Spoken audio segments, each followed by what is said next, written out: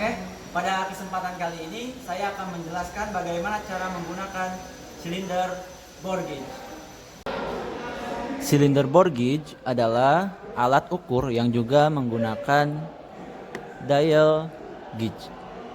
Silinder bore gauge digunakan untuk mengukur diameter silinder pada suatu engine.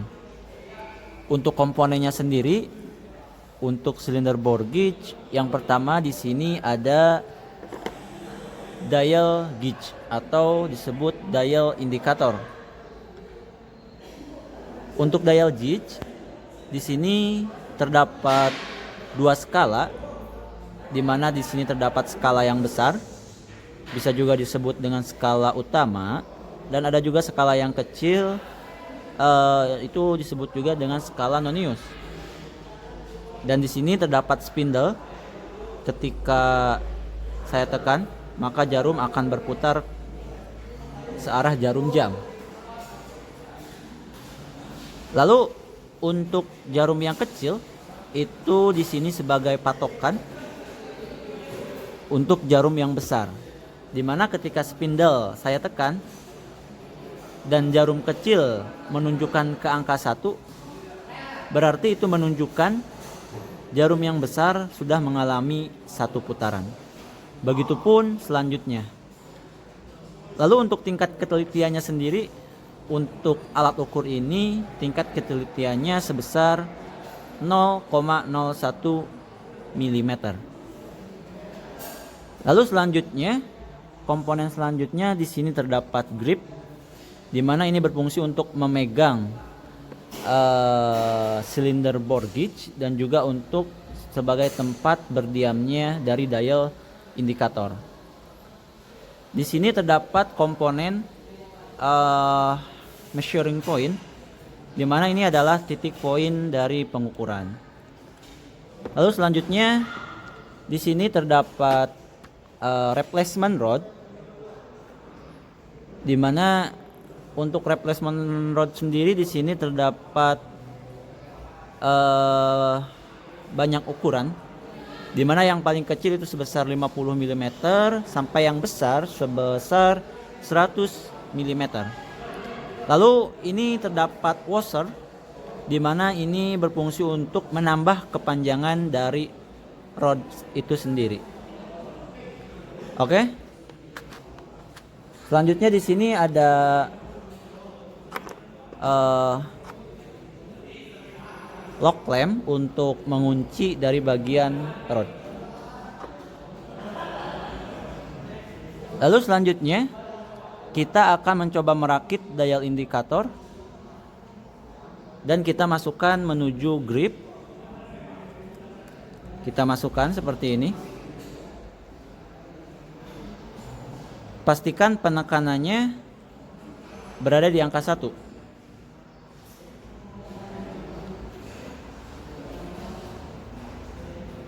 Oke, setelah itu kita kencangkan. Ya, kenapa kita posisikan berada di angka 1? Agar spindle pada dial indikator itu penekanannya sempurna. Artinya penekanannya menempel dengan bagian komponen yang ada di grip. Oke, di sini saya akan mencoba melakukan pengukuran pada diameter silinder dari Daihatsu Xenia dengan kode mesin K3DE. Lalu kita buka halamannya.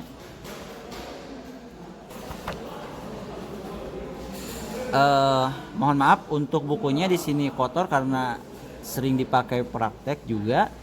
Di sini untuk nilai standar dari silinder bore gauge untuk Daihatsu Xenia K3 itu diameter standar itu sebesar 72 mm sampai dengan 72,012 mm. Selanjutnya kita gunakan alat ukur jangka sorong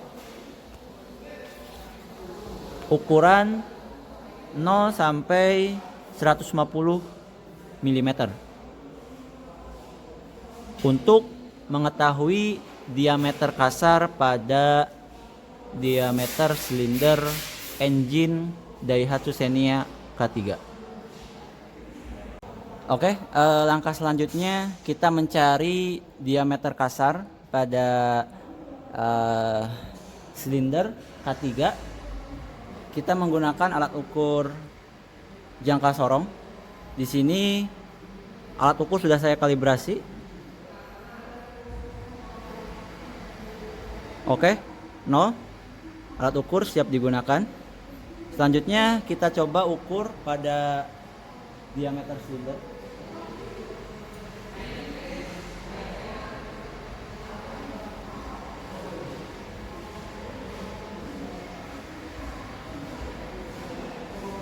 Oke, untuk diameter silinder sendiri didapat ukuran sebesar 72 mm.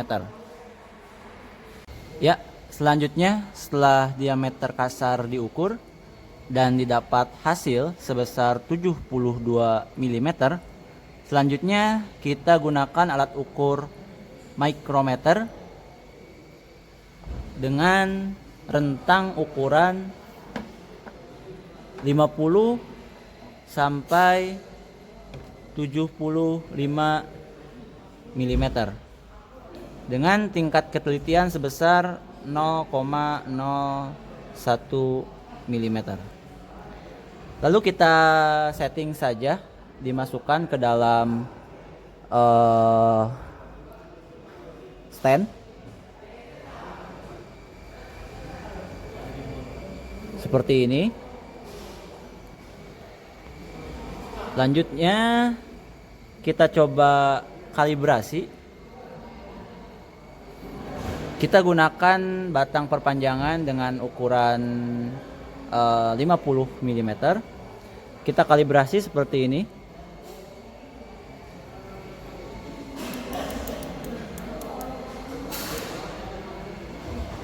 Oke, bisa kita lihat di sini angka 0 dan garisnya tidak sejajar dengan garis horizontal pada skala utama. Maka dari itu kita gunakan adjuster untuk menyeting dan memutarkan skala utama pada micrometer.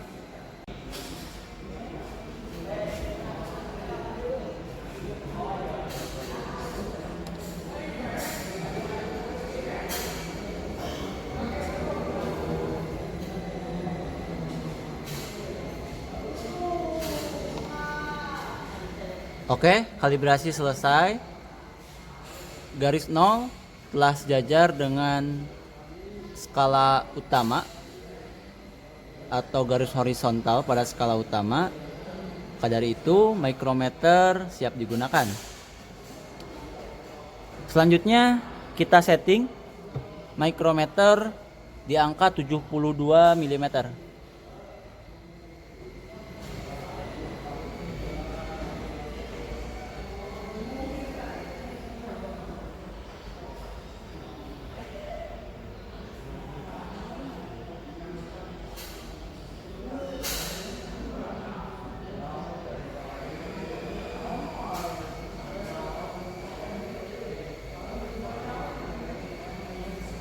Ya, garis 0 telah sejajar dengan garis horizontal. Lalu kita kunci.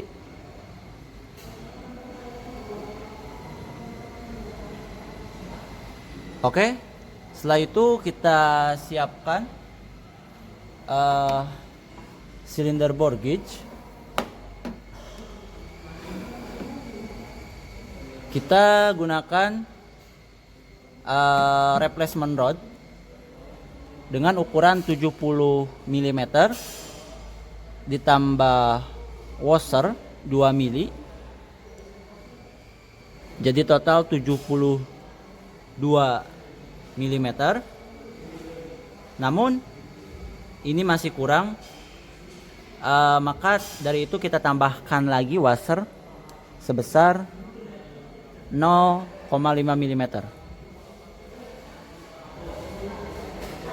Jadi total panjang dari replacement rod ini 70 ditambah washer 2,5 mili, jadi total 72,50 mm. Kita pasangkan seperti ini. Lalu kita pasangkan lock lampnya.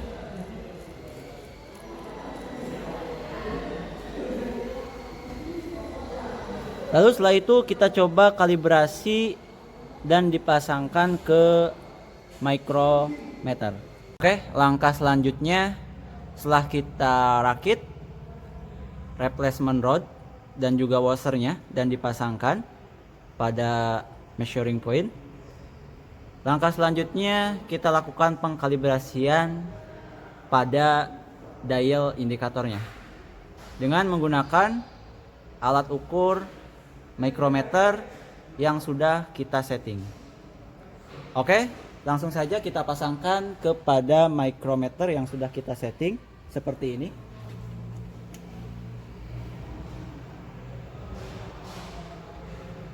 Oke, setelah itu kita coba kalibrasi. Kita selaraskan angka 0 dengan jarum yang besar.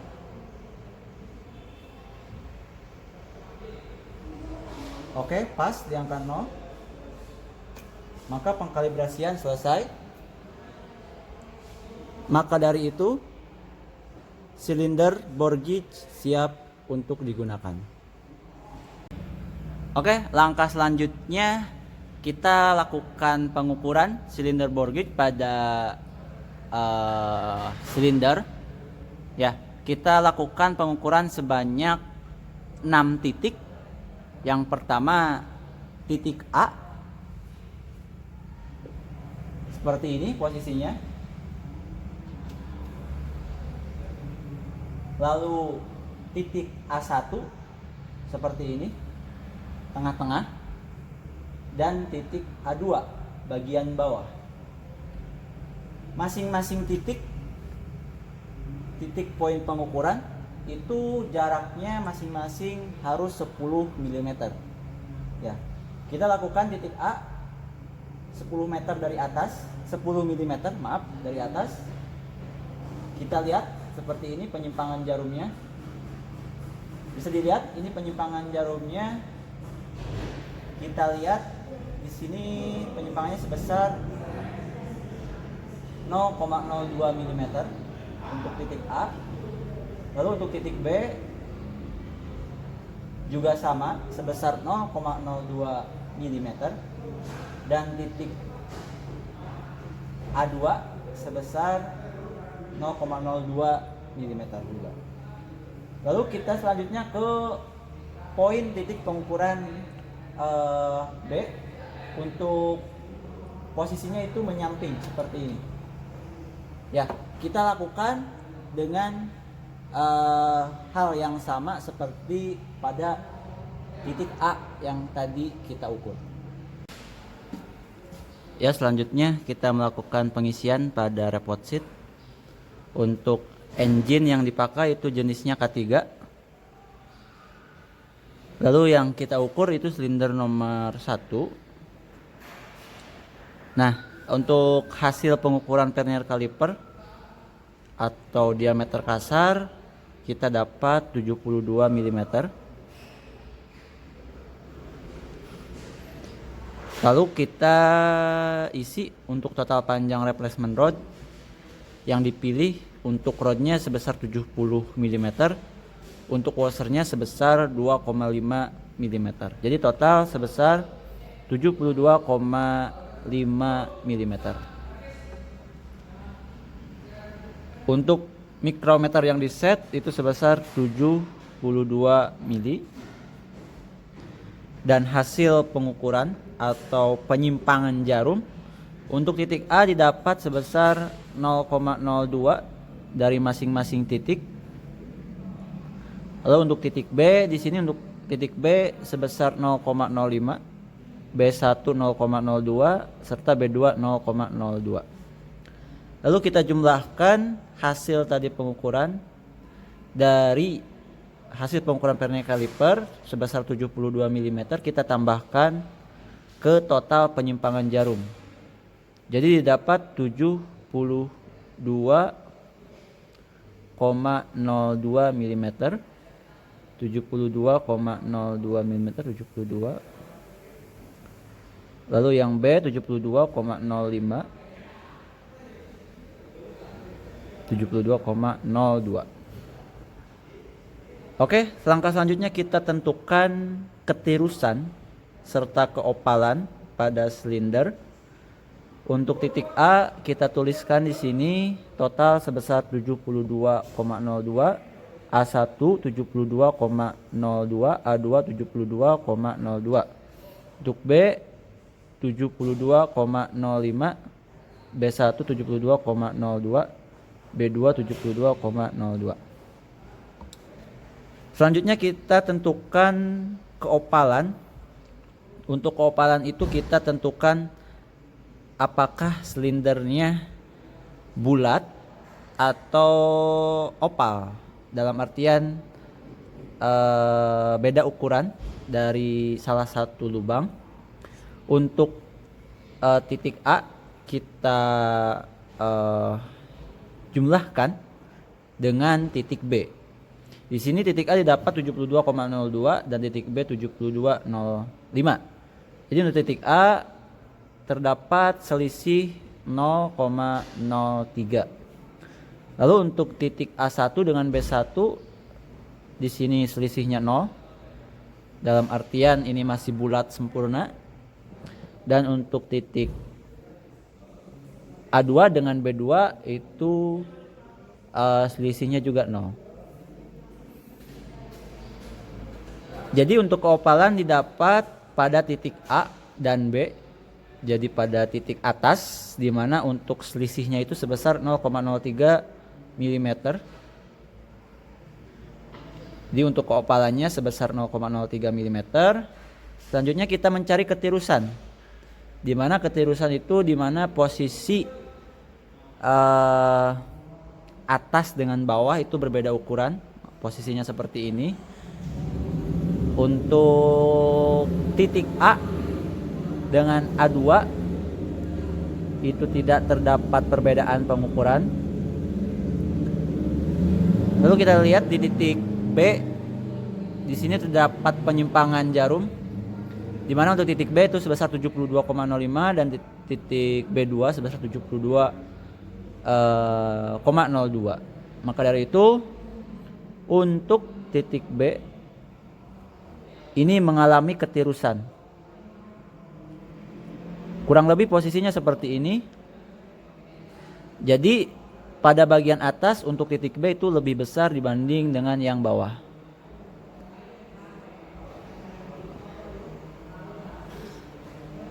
Jadi untuk ketirusan didapat pada titik B sebesar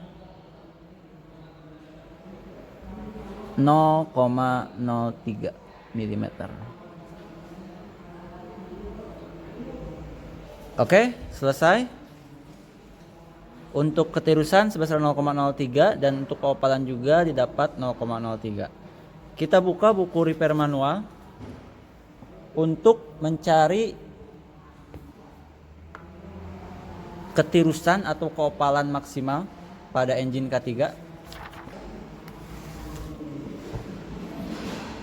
Oke, untuk di standarnya di sini ditemukan maksimum taper dan kelebihan lingkaran itu sebesar 0,03 mm.